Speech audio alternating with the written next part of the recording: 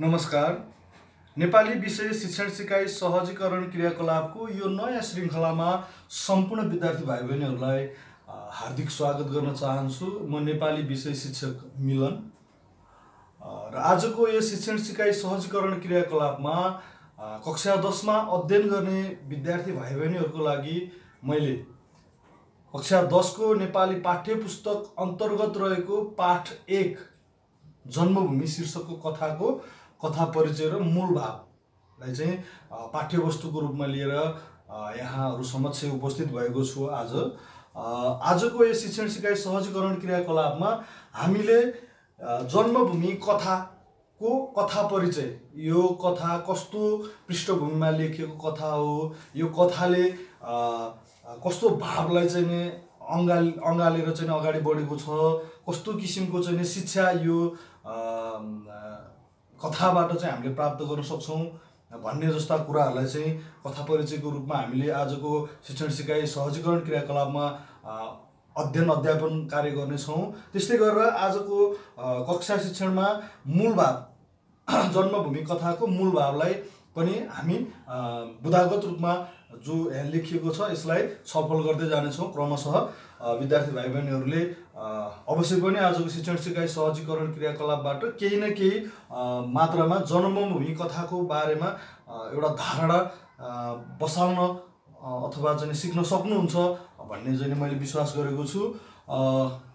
अब आजको शिक्षण सिकाइ सहजीकरण क्रियाकलापलाई सुरु गर्ने क्रममा चाहिँ म सबैभन्दा पहिला विद्यार्थी भाइ बहिनीहरूलाई कथा परिचयबाट चाहिँ सुरु गर्न चाहन्छु। र कथा परिचयमा चाहिँ हामीले ध्यान दिनुपर्ने कुरा के छ भन्दाखेरि कुनै पनि कृतिहरू, कुनै पनि साहित्यिक रचनाहरू सिर्जना गर्ने क्रममा अथवा त्यो रचना हुने समयमा चाहिँ त्यसको एउटा पृष्ठभूमि रहने गर्छ। अब जुनसुकै साहित्यिक रचनाहरूको पनि एउटा आफ्नो पृष्ठभूमि हुन्छ भनेर मैले भनिसके पछाडि यो कथा विधाको एउटा चाहिँ कथाको रूपमा चाहिँ रहेको जुन छ जन्मभूमि शीर्षकको कथा, यो जन्मभूमि शीर्षकको कथा को पनि एउटा आफ्नो छुट्टै एउटा पृष्ठभूमि रहेको छ। यसको ब्याकग्राउन्ड, यो कुन ब्याकग्राउन्डमा रहेको कथा हो त भन्ने कुरा सबैभन्दा पहिला हामीले बुझ्नुपर्ने हुन्छ। र यसमा विद्यार्थी भाइ बहिनीहरूको जानकारीको लागि म भन्दैछु, विद्यार्थी भाइ बहिनीहरू, जन्मभूमि कथा चाहिँ हाम्रो पौराणिक पृष्ठभूमिमा आधारित कथा हो। पौराणिक कथावस्तुलाई चाहिँ यसले प्रस्तुत गर्न खोजेको छ। पुराण, धर्मग्रन्थ हैन, वेद जस्ता हाम्रा पुराना अथवा हामीले जुन कुरा अनुसरण गर्दै आयौं त्यो कुराहरूको समष्टिगत रूपहरूबाट कुनै एउटा सारांशगत कुरालाई चाहिँ कथात्मक रूपमा हामीले प्रस्तुत गर्छौं भने पछाडि त्यो कुराहरूलाई चाहिँ हामी के भन्छौं, त्यो पुराणहरूमा आधारित रहेको विषयवस्तु अथवा चाहिँ कृति रचनाहरू भनेर हामी बुझ्ने गर्छौं। त्यस्तै गरेर यो जन्मभूमि कथा चाहिँ रामायण भन्ने जुन हाम्रो हिन्दू परम्परामा रहेको एउटा चाहिँ धार्मिक ग्रन्थ छ, त्यो धार्मिक ग्रन्थको कुनै एउटा काण्ड, जस्तो रामायणमा 7 वटा काण्डहरू रहेका छन्। बालकाण्ड, अयोध्याकाण्ड, आरण्यकाण्ड, किष्किन्धाकाण्ड, सुन्दरकाण्ड, युद्धकाण्ड र उत्तरकाण्ड। यी काण्डहरू चाहिँ रामायणभित्र समावेश गरिएका अध्यायहरू अथवा काण्डहरू हुन्। यी काण्डहरू अन्तर्गतको पनि उत्तरकाण्ड को एउटा सर्टेन पिरियडलाई चाहिँ कथात्मक रूप दिएर कथावस्तुको रूपमा प्रस्तुत गरिएको भएको कारणले गर्दाखेरि चाहिँ यो हाम्रो जन्मभूमि कथा एउटा पौराणिक पृष्ठभूमिमा आधारित कथा हो। हामीले यसरी बुझ्नुपर्ने हुन्छ। कथाको परिचयमा सबैभन्दा पहिला पौराणिक पृष्ठभूमिको कथा भनेर हामीले भन्यौं। त्यस्तै नीति शिक्षामा आधारित भनेको यो कथाले हामीलाई के कुरा सिकाउन खोजेको हो त भन्दाखेरि नैतिक चेतनाको कुराहरू, नीतिगत रूपमा हामीले के कुराहरू गर्नुहुन्छ, के कुराहरू गर्न हुँदैन, के कुरा गर्दा हामीलाई राम्रो हुन्छ, के कुरा नगर्दाखेरि हामीलाई राम्रो हुन्छ अथवा के कुराले हामीलाई बेफाइदा गर्छ भन्ने कुराहरूको एउटा चाहिँ नीति चेतनाको रूपमा चाहिँ यो कथाले हामीलाई सन्देश दिन खोजेको हुँदाखेरि यो कथाको परिचयमा हामीले सरल बुझ्दै जाँदाखेरिमा सेकेन्ड नम्बरमा हामीले बुझ्नुपर्ने जरुरी कुरा के भन्दाखेरि यो नीति शिक्षामा आधारित कथा हो भनेर हामीले बुझ्न आवश्यक छ। र त्यस्तै गरेर भक्ति भावको रचनाकृति भनेर यहाँ मैले उल्लेख गरेको छु। र कथाहरू विभिन्न पृष्ठभूमिमा लेखिएका हुन्छन्, सँगै त्यस्तै गरेर विभिन्न रस अथवा विभिन्न भावहरूमा कथाहरू अथवा चाहिँ साहित्यिक रचनाहरू कृतिहरू चाहिँ रचना गरिएको हुन्छ। जस्तो कुनै वीर रसको कृतिहरू हुन्छ, वीर रसमा लेखिएका हुन्छन्। कुनै एउटा चाहिँ भक्ति भावमा चाहिँ प्रस्तुत गरिएका चाहिँ कृतिहरू हुन्छ। कुनै चाहिँ अब रौद्र रूपमा लेखिएका चाहिँ रौद्र रसमा लेखिएका चाहिँ कृतिहरू हुन्छ। यी विभिन्न रसहरू, विभिन्न अलङ्कारहरू, विभिन्न चाहिँ रसहरूमा चाहिँ लेखिएको कथाहरूमध्येमा चाहिँ यो कथा चाहिँ जन्मभूमि कथा जुन रहेको छ हाम्रो, यो चाहिँ भक्ति भाव। यसले चाहिँ के गर्छ, भक्ति अब एउटा चाहिँ हामीले गर्नुपर्ने आदर सम्मान सत्कारदेखि लिएर गएर रामको चरित्र चित्रण, रामलाई एउटा पुरुषोत्तम मर्यादा पुरुषको रूपमा चाहिँ चिनाउनको लागि अथवा रामको महिमालाई व्यक्त गर्नको लागि कुनै एउटा व्यक्ति, राम भनेको एउटा व्यक्ति हो, त्यो व्यक्तिको महिमा गाउनको लागि चाहिँ प्रस्तुत गरेको कथा भएको कारणले गर्दाखेरि यो चाहिँ भक्ति भावको रचना कृति हो भनेर हामीले बुझ्नुपर्ने हुन्छ।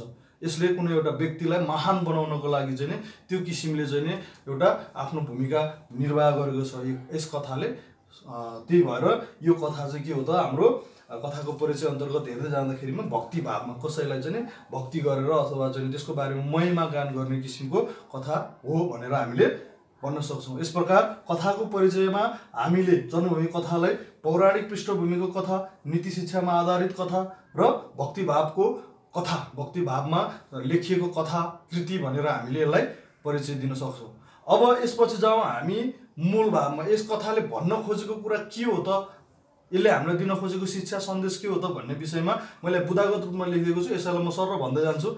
सबैभन्दा पहिलो नम्बरमा छ जननी र जन्मभूमि स्वर्गभन्दा पनि प्यारो हुने। यो कथाले हामीलाई सिकाउन खोजेको इम्पोर्टेन्ट पार्ट भनेको यही हो। जुनसुकै मानिसको लागि अथवा जुनसुकै व्यक्तिको लागि आफू जन्मेको मातृभूमि र आफ्नो जन्म दिने आमा, यो दुईटा कुरा भनेको स्वर्गभन्दा पनि के हुन्छ, महान हुन्छ, स्वर्गभन्दा पनि प्यारो हुन्छ, स्वर्गभन्दा पनि प्रिय वस्तु हुन्छ भनेर चाहिँ यो कथाले हामीलाई शिक्षा दिन खोजेको छ। यसमा उल्लेख गरेका विभिन्न किसिमका पात्र चरित्रहरूको माध्यमबाट हामीलाई देशभक्ति र आफ्नो चाहिँ जननी प्रतिको चाहिँ जुन उत्तरदायित्व र जिम्मेवारी हुन्छ त्यो प्रति हामीलाई नीतिगत रूपमा चाहिँ हामी सक्षम हुनुपर्छ, नैतिक चेतनाले हामी चाहिँ परिपोषित हुनुपर्छ भन्ने कुराहरूलाई यस कथाले मुखरित गर्न खोजेको छ। त्यस्तै छ असत्य जतिसुकै बलवान भए पनि सत्यको जित हुने। यो कथामा रावण आफैमा एकदम सबैभन्दा शक्तिशाली व्यक्तिको रूपमा चाहिँ चित्रित पात्र हो। यति हुँदाहुँदै पनि अन्त्यमा चाहिँ उनलाई आफ्नै एउटा अहङ्कारले अथवा चाहिँ आफ्नो एउटा घमण्डले गर्दाखेरि रामबाट परास्त भएर प्राणत्याग गर्नुपरेको जुन अवस्था दर्शाएको छ, यसले के कुरालाई चाहिँ इङ्गित गर्दछ भने नराम्रो काम जति हामीले गर्दै जान्छौँ त्यसले क्षणिक समयको लागि अथवा चाहिँ एउटा सर्टेन पिरियडको लागि त्यसले चाहिँ राम्रो इम्प्याक्ट छोड्छ, राम्रो तरिकाको फिडब्याकहरू दिन्छ। तर कालान्तरमा गएर असत्य जतिसुकै बलवान र जतिसुकै राम्रो भए पनि सत्यले नै जित्छ, असत्यको जहिले पनि हार हुन्छ भन्ने कुराहरू हामीले यस कथा मार्फत शिक्षा पाउन सक्छौँ। त्यस्तै भाइचारा र भातृत्वले नै अस्तित्व कायम रहने।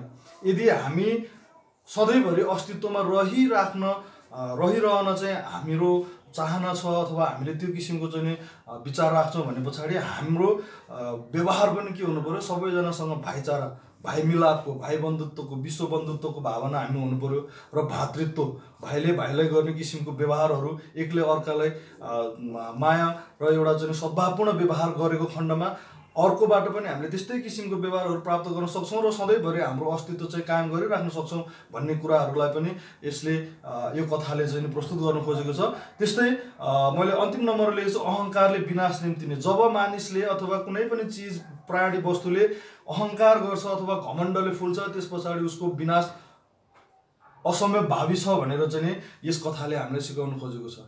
यस कथामा पनि रावण जतिसुकै पहलवान अथवा बलवान भए पनि उसको अहङ्कारले गर्दाखेरि र उसको चाहिँ भाइ विभीषणले उसलाई चाहिँ छोडिदिँदाखेरिको अवस्थामा अथवा चाहिँ घात गर्दाखेरिको अवस्थामा उसको जुन एउटा भयानक अन्त्य हुन पुगेको छ त्यसले चाहिँ के देखाउँछ भन्दाखेरि हामीमा पनि अहङ्कार रहनु हुँदैन। अहङ्कारले हामीलाई स्वयं आफैलाई घाटा पुर्याउने अथवा चाहिँ नाश गर्ने भएको कारणले गर्दाखेरि अहङ्कार जस्ता कुराहरूलाई हामीले हटाउनै लानुपर्छ र यसमा नै हाम्रो जीवनको सार्थकता रहेको हुन्छ भन्ने कुराहरू यस कथाको मूल भावको रूपमा रहेको छ।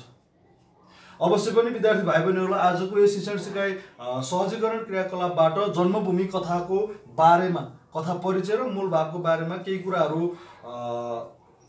जानकारी भयो भन्ने विश्वासका साथ आजको यस शिक्षण सिकाइ सहजीकरण क्रियाकलापले यही समाप्त भएको घोषणा गर्दछु र फेरि पनि तपाईहरूको लागि यस्तै अन्य उपयोगी कक्षाहरू लिएर उपस्थित हुनेछु। तपाईको सम्मको लागि बिदा चाहन्छु। नमस्कार।